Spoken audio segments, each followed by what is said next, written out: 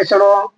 गुरु देवो महेश्वर गुरु साक्षात पार ब्रह्म तस्मै श्री गुरुवे नमः। गुरु गोविंद दोनों खड़े काके लागू पाए बलिहारी गुरु आपने गोविंद दियो बताए। तीन लोखनो खंड में गुरु से बड़ा न कोई नाम लिए सुख पुजे गुरु करे सोई हो। बोलिए सतगुरुदेव भगवान की जय। हे गुरुदेव, मैं दंडवत प्रणाम करती हूँ, साथ साथ टांग दंडवत प्रणाम करती हूँ। हे प्रभु, हे गुरुदेव, मैं करने वाली कराने वाली नहीं हूँ। जो कुछ करने वाले हो सो आप हो, मैं तो केवल तुम्हारी आत्मा हूँ। बोलिए हनुमान बजरंग बली की जय। दुर्गे माता की जय। जय श्री राधे, जय श्री राधे, जय श्री राधे। तो आप बेटा इतनी दूर से आए हो तो किस लिए आए हो? स्वार्थ के लिए अगर आएंगे तो स्वार्थ तो भगवान को दिखेगा कि हम स्वार्थ पूरा भगवान कर सकते हैं तो कर देंगे, और भगवान तुम्हारे कर्म को देखेंगे। भगवान के यहाँ तो सबका हिसाब है। भगवान के दरबार में सबका खाता है, सबका है। लेकिन तुम समझोगे कैसे? आज मैं तुम्हारे लिए कर्म के ऊपर बाणी चला रही हूँ।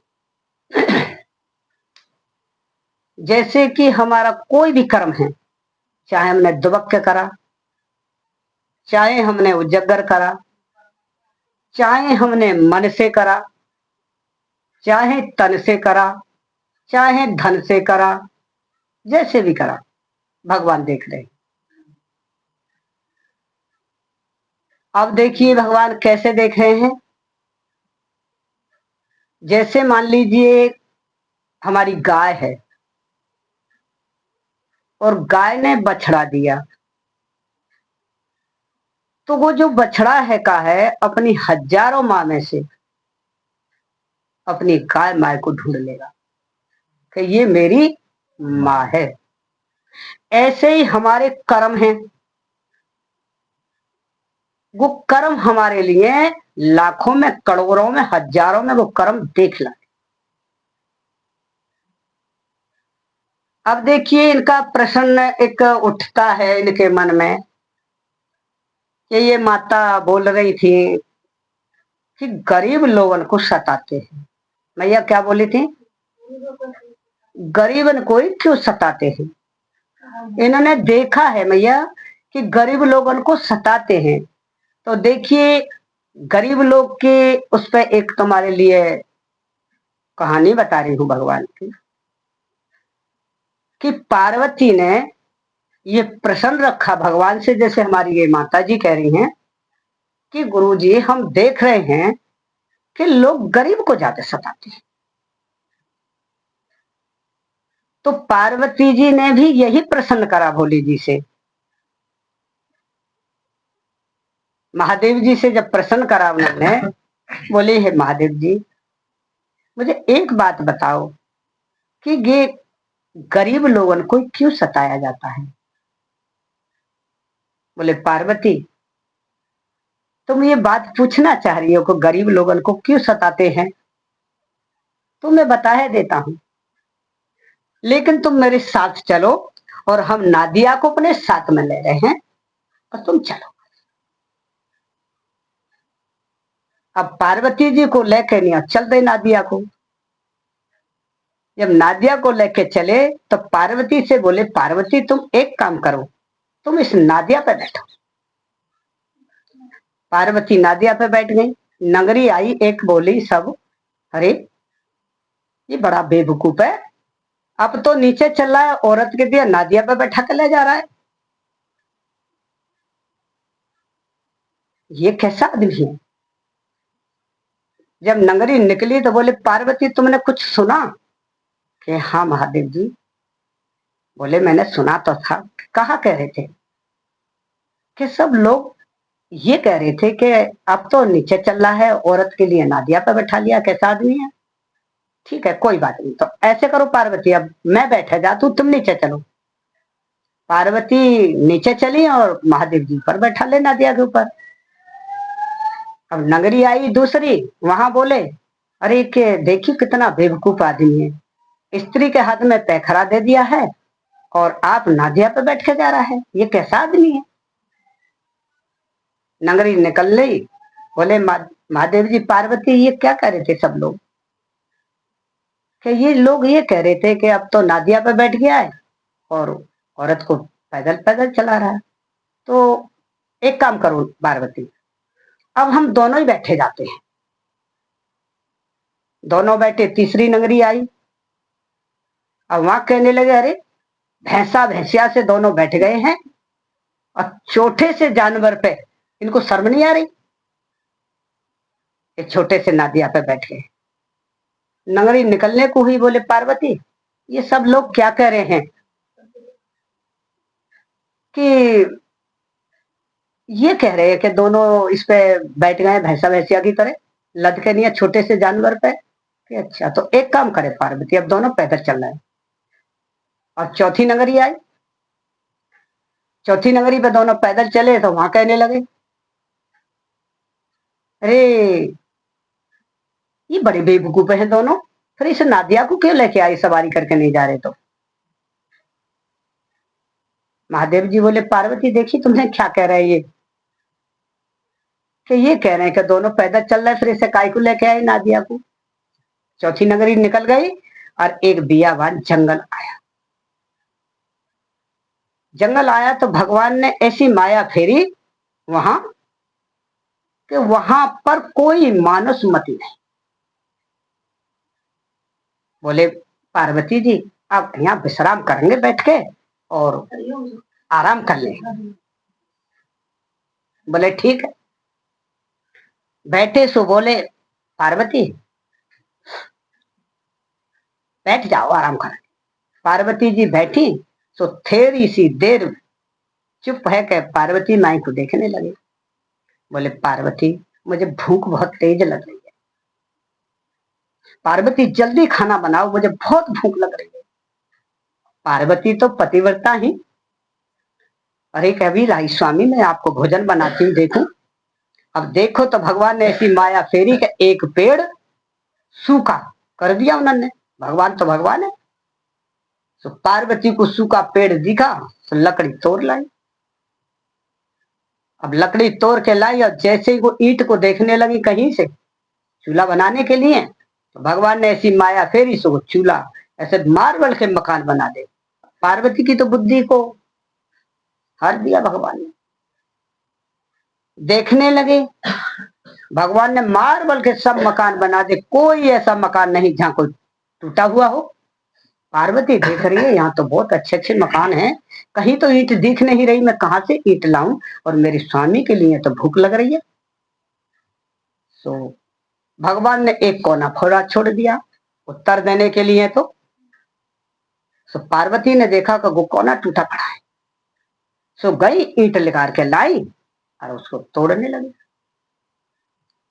ईंट जब तोड़ के निकाल ली और चूल्हे बना कर रोटी बना दी और महादेव जी को भोजन बना के खिला दिया। अब एकदम महादेव जी को टखा आई, पेट भर गया। बोले अरे पार्वती जी पेट तो मेरा भर गया, अब एक बात बताओ तुम लकड़ी कहां से लाई? अरे कि प्रभु तुमने वो देखा सूखा पेड़, मैं उसमें से तोड़ के लाई। कि कहा? कि देखो वो रहा। अच्छा अरे ईंट कहां से लाई पार्वती? कि प्रभु देखो ईंट वहां से लाई, वो कोना टूटा पड़ा है वहां। कि कहा? भगवान तो उत्तर दे रहे कि तो वो टूटा पड़ा है। कि चलो दिखाओ। सो महादेव जी को दिखाया कहिए रहा। अरे के पार्वती ये तो बेचारा वैसे ही टूटा पड़ा था और तुमने और ईंट मार के इसको तोड़ डाला। और ये पेड़ तो वैसे ही सूखा था, और तुमने और इससे तोड़ तोड़ के इससे भोजन बना लिया। बोले प्रभु मैं समझ गया कि दुनिया गरीब को ही सताती है। तो मैया जो तुमने ये बात कही है कि ऐसा लगता है, लगता तो तुम्हें सही है, लेकिन इस सत्संग में हमारे गुरुदेव कहते थे कि बेटा ना अपने को गरीब मानना और ना अपने को अमीर मानना, ना अपने को छोटा मानना और ना अपने को बड़ा मानना। सब में भगवान देखना, अपने में भी देखना। कड़ कड़ में भगवान है बेटा, कड़ कड़ में। अहंकार हमारा किसी रूप से तो मारा जाएगा, अहंकार करने की तो कोई आवश्यकता नहीं। अहंकार करेंगे हम तो भगवान कोई ना कोई रूप धारण करके आएगा, कुछ न कुछ तो। तुम्हें कैसे पता लगेगी सत्संग सुन के नहीं कि हमारा अहंकार क्या है? तो इसी बात पे जब हमारे गुरु समझा रहे थे कि ना पढ़ा लिखा मानना, ना अनपढ़ मानना, ना बड़ा मानना, ना छोटा मानना, ना गरीब मानना, ना मालदार मानना। जो कुछ देन है सो हमारी कर्मों की खेती, जैसा हम करेंगे वैसा ही हमको फल मिलेगा। जब गाय ने अपने बछड़े ने अपनी माता गाय को देख लिया इतनी हजारों गाय में, तो क्या हमारा कर्म नहीं दिखेगा? सत्संग में आके तुम्हें ये कर्म का पता नहीं लगेगा कि मैंने कौन सा कर्म किया है? तो गुरु तो कर्म से बचा रहा है ना। तुम अपने को मान लेती हो, मान लो बेटी मान ली, तो तुम बेटी तो हो। फिर तुम्हारी शादी हो गई, अपने को बहू मान लिया, बहू बन गई। फिर तुमने को बूढ़े हुए तो अपने को सास मान लिया, तो सब कुछ तो तुम ही हो। जमीन पे भगवान ने गरीब अमीर जो भी पैदा किए हैं सब एक से किए, कोई दूसरे भाव से तो पैदा किए नहीं। अपने अपने कर्मों की खेती है। तो जो भी कर्म के ऊपर तुम्हें जो बात बताई है हमने, जो वाणी बोली है कि कर्म तुम्हारा पीछा रहेगा और तुम कर्म करोगे तो तुम कर्म के आगे, और जब तुम आगे चलोगे और कर्म को पीछे करके चलोगे तो दोनों प्रकार के कर्म है। अच्छे कर्म को पीछे करके चलो और बुरे कर्म को आगे करके चलो, तो तुम्हें बुरा दिखेगा तो सही। अच्छा कर्म भी भगवान देख रहा है और बुरा कर्म भी भगवान देख रहा है। तुम निष्काम सेवा किसी की करोगे तब भी भगवान देख रहा है, तुम दिखा कर सेवा करोगी जब भी भगवान देख रहा है। भगवान तो देख रहा है ना। एक बात बताओ कि जब अंधेरा होता है जब ही तो प्रकाश होता है। उजाला है, सूर्य निकल रहे हैं, तो तुम उजाले में उजाला देखना चाहते हो? हमारे अंदर गई कमी। अंधेरा नहीं आएगा जब तक उजाले की पता क्या चलेगी, और उजाला नहीं आएगा तो अंधेरे का क्या पता चलेगा। दुख नहीं आएगा तो सुख का क्या पता चलेगा, और सुख नहीं आएगा तो दुख का पता क्या चलेगा? है सुख दुख तो हमारे एक भाई हैं, दोनों के जोड़ा है। एक बार की तुम एक बात बता रहे हैं, हम सच बता रहे हैं बिल्कुल आज, कि हमारे गुरु ने हमसे एक बात बताई थी, तो हम गुरु की बात पर बड़ा ध्यान देते थे कि दुख सुख दोनों आते हैं। दुख आता है तो दुख चला जाता है, और सुख आता है तो सुख चला जाता है। ये दोनों भाई हैं। ऐसी जब बात करे तो हम बोले हमारे तो पेट में दर्द बहुत तेज उठा है, मन में कह रही थी। तो गुरु के मन से क्या बात निकली, हम मन में कह रही थी कि बेटा, उनको कैसे पता चली? गुरु कोई वस्तु व्यक्ति है क्या? उन्हें कैसे पता चली हमारी बात की हम ये बात कह रहे हैं कि सहरा लो पेट को, कहीं तुम्हारे दर्द हो रहा है वहां सहरा लो कि बेटा तू रोवे मत और चुप हो जा, तेरे को बहुत दुख हो रहा है, मैं सहला रही हूं, दुख चला जाएगा। अब इतनी बात कही, हम तो ड्यूटी गए, महरौली में ड्यूटी करते थे उस समय। हमें तो अपने गुरु का वचन याद आ गया और भगवान ने हमारी परीक्षा इतनी तगड़ी ली कि हम तुम्हें सच बता, इतना तगड़ा पेट में दर्द उठा कि दर्द की कोई कीमत नहीं। और दर्द सहन करने वाला पता नहीं कौन सहन करवा रहा है कि मैं पता नहीं लगने दे रही किसी को कि मेरे दर्द भी हो रहा है। अब लोग देख रहे तो कह रहे भाई ये हंसती रहती है हमेशा, मगर आज कुछ इनके लिए परेशानी बढ़ रही है। और पीला मेरा मुंह पड़ता चला, दर्द इतना विकट पीला पीला मेरा मुंह पड़ता चला गया। तो जो मुझे जानते पहचानते थे उन लोगों को भी धन्यवाद है। बोले ये तो कभी भी कराहती भी नहीं है, कभी रोती भी नहीं है, दिखाती भी नहीं है, पर आज तो इनका चेहरा दिख रहा है, इन्हें बहुत बड़ी तकलीफ है। हम सच बता रहे तो अब हमारे लिए इतनी पीड़ा होती चली कि हम दर्द से बाहर हो गए, इतना पीड़ा। अब हम चले तो पता नहीं उस मालिक के लिए हमारा कैसे पता चला कि छुट्टी मांगने आ रही है। हम जैसे ऑफिस में चले वैसे ऐसे कहते धन्यवाद उस मालिक को भी कि जाओ, उन्हें पता चल गया कि छुट्टी लेने आ रही है। जैसे मैं गेट से बाहर निकली, निकलते इतनी तगड़ी उल्टी आई मुझे कि मैं बेहोश बाहर ही हो गई, क्योंकि गार्ड तो भीतर था, गार्ड तो भीतर था। गार्ड को भी पता नहीं लगी कि बाहर गिर गई, मैं बेहोश हो गई, मुझे कोई होश नहीं था। फिर मुझको तुरंत होश आया और होश आते ही मैं वहां से उठ के चल गई और पीड़ा पे पीड़ा पीड़ा पे पीड़ा, कब घर कैसे पहुंची, पैदल की रास्ता। और जैसे ही मैं भगवान मोह को घर लेके गए और मैं खाट पे सोई, मैं सच बता रही हूं, विश्वास करके मानना, जो भी मेरी वाणी को सुनो, गुरु के वचन में बहुत बड़ी ताकत है। मैं जैसे ही पलंग पे सोई और पलंग पे सो के और तेज बढ़ गया दर्द। मैं रो के नहीं कह रही कि बेटा मैं तुझे वहां से छुट्टी भी दिलवा लाई, मैं तुझे लेके भी आ गई और देखिए तेरे कितना दर्द हो रहा है। ऐसे ही मैंने हाथ फेरा पेट पे, दर्द कहां चला गया। आज हे गुरुदेव, मैं दंडवत प्रणाम करती हूँ। उस दुख के लिए भी मैं बहुत प्रणाम करती हूँ।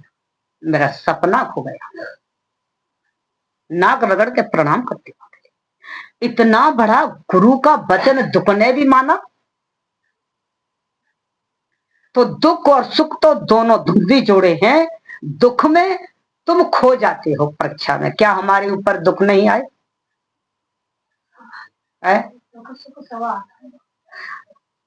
एक बेटा कह रहा था कि हमारा इनका सत्संग हमें क्यों अच्छा लग रहा है कि हम तो इनको देख रहे हैं कि कोई मर्डर कर देता है इस मारे संन्यास ले लेता है, कोई चोरी करके नहीं, कोई डकैती करके नहीं, कोई कुछ करके संन्यास ले लेता है।